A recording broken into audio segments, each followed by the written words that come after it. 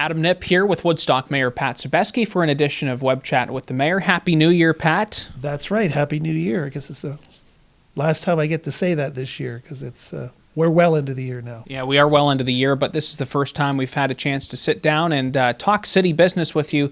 Council has a meeting coming up on Thursday and a planning meeting last night discussing St. Rita's, the former school, on Dundas at Clark, and it looks like it's slated to become a furniture store.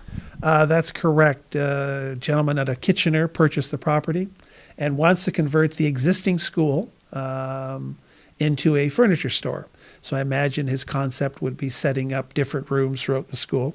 So that's what the proposal is. The property is currently zoned institutional because it's a school.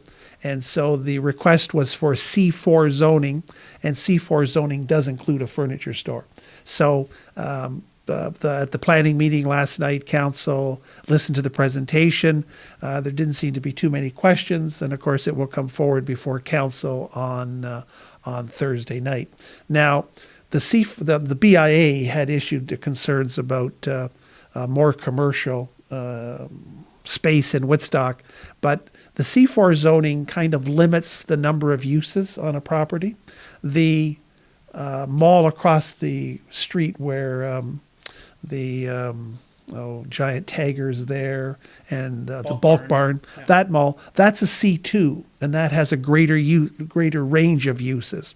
But most of the other retail in that area is C4. So we heard about the BIA's concern, but again, C4 kind of is a little more a narrower use of uses, and furniture is one of them. And so are you aware, is this like a big chain furniture store coming in, or is this an independent? No, he's a small independent, operates a furniture store in Kitchener, so this would be a second operation. All right, interesting. Another new development coming up at Council Thursday night. It looks like you're going to be selling a parcel of land to Viewcon Construction. That's correct. Viewcon purchased property fronting on Parkinson Road a year and a half ago.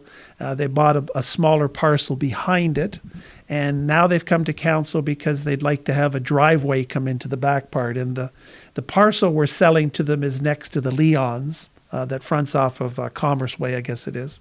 And this little narrow strip of land, the soil content, the vegetation, whatever, it's not really conducive to building on. It's probably suitable for a driveway. So Viewcon's bought it because they want more access to the back of the property. Okay, very good. And the other thing that council is advising other councils about is you are against a subdivision that's being proposed just outside of the city's boundary on County Road 17. Near where the Meadowview Golf Course is. Yeah, the Meadows Golf Course. People go out there and they see this farm with a sign up of a subdivision coming in, flags. It appears lots have been laid out. It's certainly a vision of that developer and that farm owner that's going to happen, but it's pretty much against every provincial policy statement. So it's been an application that's been before East-Zorra-Tavistock Council.